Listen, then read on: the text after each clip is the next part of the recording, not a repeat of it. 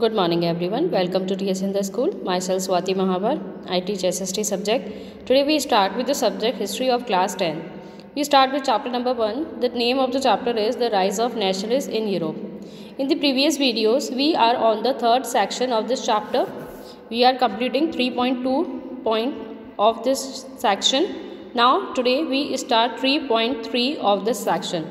The heading is 1848, the Revolution of the Liberals. Parallel to the revolts of the poor, unemployed and starving peasants and workers in many European countries in the year 1848, a revolution led by the educated middle class was underway. अब जैसे जो revolt poor लोग कर रहे थे, जो वहाँ के जो गरीब लोग थे, जो भूखमरी से मर रहे थे, जो पीजेंट्स जो थे, वर्कर्स जो थे, जिस तरीके से वो लोग रिवोल्ट कर रहे थे 1848 के अंदर, उसी तरीके से एजुकेटेड मिडिल क्लास ने भी रिवोल्ट करना शुरू कर दिया, यानी युद्ध लड़ना शुरू कर दिया.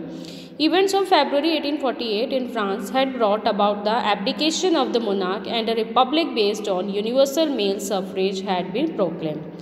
अब फरवरी 1848 के अंदर क्या हुआ, फ्रांस के अंदर जो मोनार्की सिस्टम था, जो राजा का जो सिस्टम था, वो बंद कर दिया गया और यूनिवर्सल मेल सफरेज के ऊपर जोर दिया जाने लगा कि आप यहाँ की जो मेल पॉपुलेशन होगी 21 ईयर्स से ऊपर, वही यहाँ के रिप्रेजेंटेटिव को चूज़ करेंगे बाय द इलेक्शंस.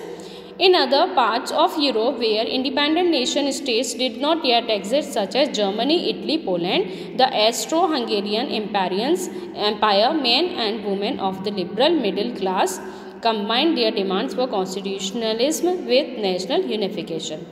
अब यूरोप के जो दूसरे पार्ट्स थे, जैसे कि Germany, Italy, Poland, Austro Hungarian, इन कंट्रीज़ की अगर हम बात करते हैं तो यहाँ पर भी क्या था, इंडिपेंडेंट नेशन ये नहीं थे. मैन और वुमेन यहाँ पर जो थे लिबरल मिडिल क्लास के जो थे, उन्होंने मिलकर डिमांड की कि हमें हमारे कंट्री को एक नेशन स्टेट के अंदर चेंज करना है, हमें नेशनल यूनिफिकेशन चाहिए, यानी कि हमारे राष्ट्र का एकीकरण हम चाहते हैं. They took advantage of the growing popular unrest to push their demand for the creation of a national state or preliminary principles, a constitution, freedom of press and freedom of association. अब धीरे धीरे ये जो revolt था, revolution था, वो popular होने लगा, जिसका पूरा सपोर्ट उनको मिल रहा था रिवोल्यूशनरीज़ को, और उन्होंने अब डिमांड करना शुरू कर दिया कि कॉन्स्टिट्यूशन के जो प्रिंसिपल्स होंगे वो पार्लियामेंट के अकॉर्डिंग बनाए जाएंगे और फ्रीडम ऑफ प्रेस हमें चाहिए और फ्रीडम ऑफ एसोसिएशन, यानी कि हमें फ्रीडम दो कि हम हमारी एसोसिएशन, हमारे ऑर्गेनाइजेशंस हम बना सकें. In the general regions, a large number of political associations whose members were middle-class professionals, businessmen, prosperous artisans came together in the city of Frankfurt and decided to vote for all General National Assembly. अब German reason की हम बात करते हैं, वहाँ पर बहुत सारे पॉलिटिकल एसोसिएशंस थे. पॉलिटिकल एसोसिएशंस का मतलब क्या होता है, पॉलिटिकल पार्टीज़ जो बनाई जाती हैं, जिसके मेंबर्स थे मिडिल क्लास के प्रोफेशनल्स, बिजनेसमैन और वहाँ के जो आर्टिसंस थे वो उसके मेंबर्स थे. केम टुगेदर, वो उस किस सिटी के अंदर आए थे, फ्रैंकफर्ट नाम की सिटी के अंदर आए थे, और उन्होंने डिसाइड किया कि हम वोटिंग से जनरल नेशनल असेंबली को चूज़ करेंगे, जनरल नेशनल असेंबली को बनाएंगे. On 18 May 1848, 831 elected representatives marched in a festive procession to take their places in the Frankfurt Parliament convened in the Church St. Paul. 18 May 1848 को 831 elected representatives, यानी कि चुनने के बाद में, इलेक्ट होने के बाद में रिप्रेजेंटेटिव्स बनाए गए.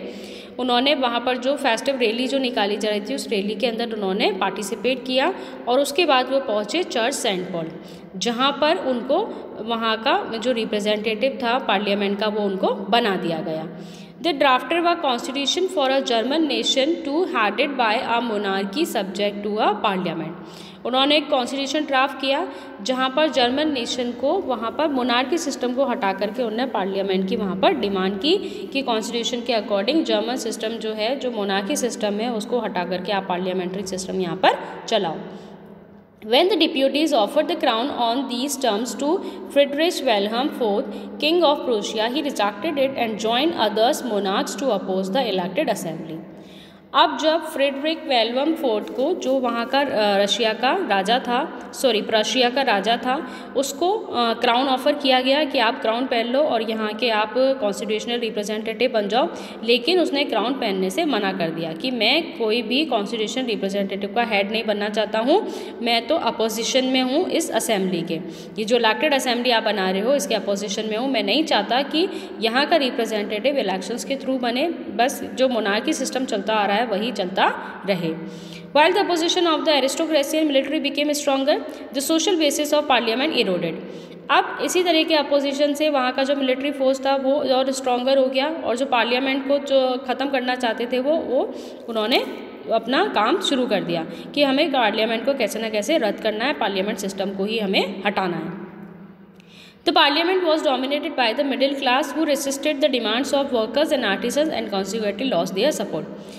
अब जो पार्लियामेंट थी वो मोस्टली किसके ऊपर डिपेंड थी? मिडिल क्लास के ऊपर, जिसके अंदर वर्कर्स थे, आर्टिसंस थे, तो उनके ऊपर डिपेंड होने की वजह से वो अपना सपोर्ट खो चुकी थी उन लोगों से, वो लोग भी उसके फेवर में नहीं थे। In the end troops were called in and the assembly was force to disband, और लास्ट में जाके क्या हुआ, उस पार्लियामेंट को ही, उस असेंबली को ही रद्द कर दिया गया कि कोई भी जनरल नेशनल असेंबली नहीं बनाई जाएगी।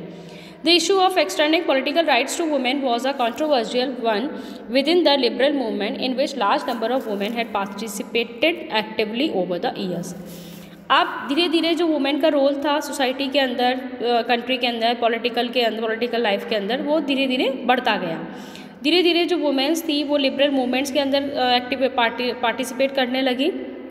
In the large amount women had form their own political association, अपनी खुद की पॉलिटिकल एसोसिएशन वो बनाने लगी। फाउंडेड न्यूज़पेपर, खुद के न्यूज़पेपर्स उन्होंने निकाल दिए। And take part in political meetings and demonstration, जहाँ पर पॉलिटिकल मीटिंग्स होती थी, डिमॉन्स्ट्रेशन, डिस्कशंस वगैरह होते थे, वहाँ पर सेमिनार्स वगैरह के अंदर वो एक्टिवली पार्टिसिपेट करने लगी। Despite this they were denied suffrage rights during the election of assembly. अब इतना पार्टिसिपेशन करने के बाद में, इतना आगे आने के बाद में भी उनको राइट नहीं दिया गया कि वो इलेक्शंस के अंदर, असेंबली के इलेक्शंस के अंदर एक्टिवली पार्टिसिपेट कर सके। When the Frankfurt Parliament convened in the Church of St. Paul, women were admitted only as observers to stand in the visitors' gallery. अब जब इस चर्च के अंदर, सेंट पॉल चर्च के अंदर पार्लियामेंट के इलेक्शंस हो रहे थे, वहाँ पर वुमेन को बुलाया तो गया था, लेकिन एज अ ऑडियंस ही वहाँ पर उनको खड़ा किया गया था कि आप एज अ ऑडियंस यहाँ पर रहकर देखोगे कि क्या हो रहा है, लेकिन आप किसी तरह का कोई भी पार्टिसिपेशन यानी इलेक्शंस के अंदर वोटिंग वगैरह आप नहीं करोगे। Though conservative forces are able to suppress liberal movement in 1848, they could not restore the old order. अब जो कंजर्वेटिव फोर्स थे वो धीरे धीरे अपने जो उनका मुकाम था वो उनको मिलने तो लगा था, वो अपने प्रोस के अंदर सक्सेस तो हो रहे थे, जो वो उनका मोटिव था, लेकिन वो ये चाहते थे कि जो चीज़ें पहले चलती हुई आ रही हैं उनको हम रीस्टोर कर दें, उन चीज़ों के अंदर हम चेंजेस ना करें। Monarchs were beginning to realize that the cycle of revolution and repression could only be ended by granting concession to the liberal nationalist revolutionary.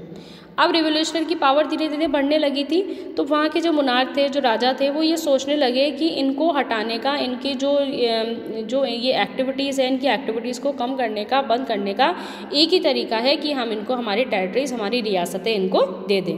अगर हम इन्हें अपनी रियासतें दे देंगे तो ये चुपचाप बैठ जाएंगे और ये किसी तरह की कोई क्रांति नहीं करेंगे। Hence, in the years after 1848, the autocratic monarchies of Central and Eastern Europe began to introduce the changes that had already taken place in Western Europe from before 1815. अब 1848 की हम बात करते हैं। ऑटोक्रेटिक मोनार्कीज जो थे सेंट्रल और eastern Europe के अंदर बनाए गए, जो वेस्टर्न यूरोप के अंदर 1815 के अंदर ही बना दिए गए थे। That serfdom and bonded labour were abolish both in the Habsburg dominions and in Russia. Habsburg के अंदर और रशिया के अंदर जो बॉन्डेड लेबर था, जो बंधुआ लेबर के ऊपर जो भी बाउंडेशंस थी, वो सारी बाउंडेशंस हटा दी गई। The Habsburg was granted more autonomy in the Hungarians in 1867। 1867 के अंदर जो हैब्सबर्ग के रूलर्स थे उनको और ज़्यादा ऑटोनॉमी पावर उनको दे दी गई। Now the next section is the making of Germany and Italy. Come to page number 19। 4.1 Germany can the army be the architect of a nation. क्या वहाँ की जो आर्मी थी वो आर्किटेक्ट थी नेशन की, यानी क्या उसने ही उसको नेशन को बनाया था। After 1848 nationalism in Europe moved away from its association with democracy and revolution. 1848 के बाद जो नेशनलिज्म की जो फीलिंग थी, जो देश के लिए जो फीलिंग थी यूरोप के अंदर, वो एसोसिएशन बना करके लोगों के अंदर बांटी गई, लोगों को स्प्रेड की गई विद डेमोक्रेसी एंड रिवोल्यूशन, कि हमें डेमोक्रेटिक गवर्नमेंट चाहिए, और रिवोल्यूशन करके लोगों को उन्होंने अपने सहमति ले ली लोगों की। Nationalist sentiments were often mobilised by conservatives for promoting state power and achieving political domination over Europe. अब जो नेशनलिस्ट सेंटिमेंट थे, जो देश के लिए जो देश की प्रेम था, देश की जो भावनाएं थी, उसकी वजह से स्टेट जो था बहुत पावरफुल होता गया, और जो पॉलिटिकल डोमिनेशन जो था यूरोप का, वो धीरे धीरे क्या होता गया, वो रेवोल्यूशनरीज को मिलता गया, कि अब यूरोप का थोड़ा थोड़ा कंट्रोल उनके हाथ में आता गया। This can be observe in the progress by which Germany and Italy came to be unified as nation state. और धीरे धीरे जर्मनी और इटली को क्या बना दिया गया, नेशन स्टेट। उनको एक आइडेंटिटी दे दी गई कि वो क्या है, एक नेशन स्टेट है। As you have seen nationalist feeling were wide spread among middle class Germans. सबसे पहले जो नेशनलिस्ट की फीलिंग थी वो किन लोगों में फैली थी, मिडिल क्लास के Germans, who in 1848 tried to unite the different region of German Confederation into a nation state governed by an elected parliament। अब उन्होंने क्या करा, 1848 के अंदर उन्होंने ट्राई किया, उन्होंने शुरुआत की कि जो डिफरेंट रीजन्स है जर्मन के, उनको भी सबको मिला करके एक नेशन स्टेट बना दिया जाए, किसके अकॉर्डिंग, इलेक्टेड पार्लियामेंट के according. This liberal initiative to the national building was, however, repressed by the combined forces of the monarchy and the military, supported by the large landowners called Junkers of Prussia।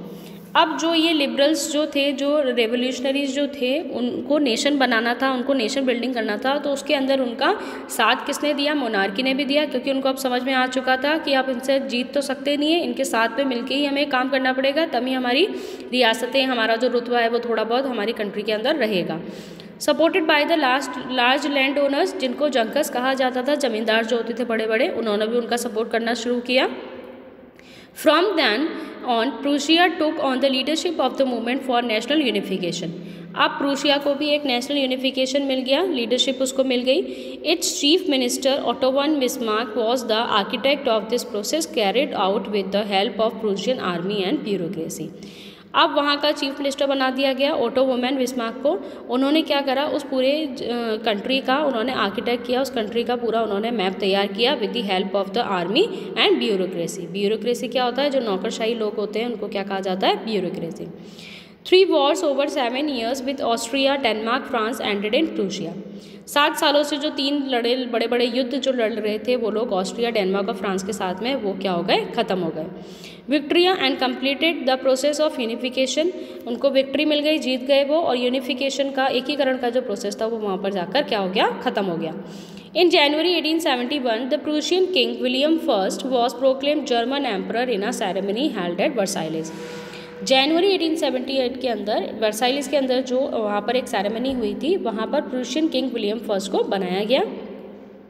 On the bitterly cold morning of 18 January 1871, an assembly comprising the princes of the German state, representatives of the army, important Prussian ministers including the chief minister Otto von Bismarck, gathered in the unheated hall of mirrors in the palace of Versailles to proclaim the new German empire headed by Kaiser William I of Prussia।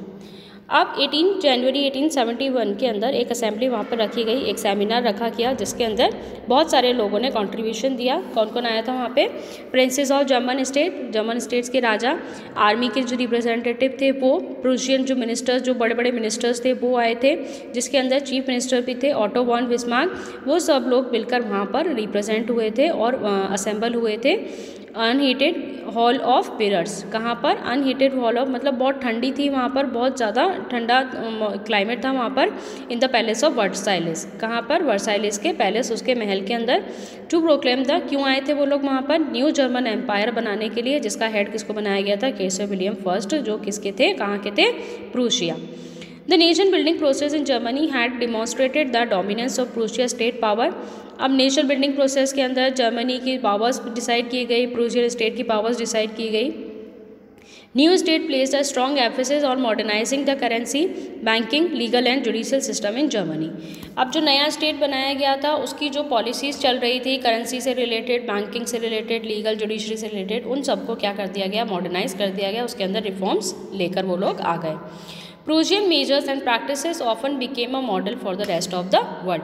और जो Prussian measures, जो भी measures उन्होंने किए थे, जो practices, जो नए नए बदलाव उन्होंने किए थे, वो क्या बना, उस मॉडल पूरे जर्मनी के लिए एक मॉडल बन के वो तैयार हुआ। पूरे जर्मनी उन्हें उससे क्या हुआ, इंस्पायर हुआ, उस इंस्पिरेशन उनको मिला। क्लियर।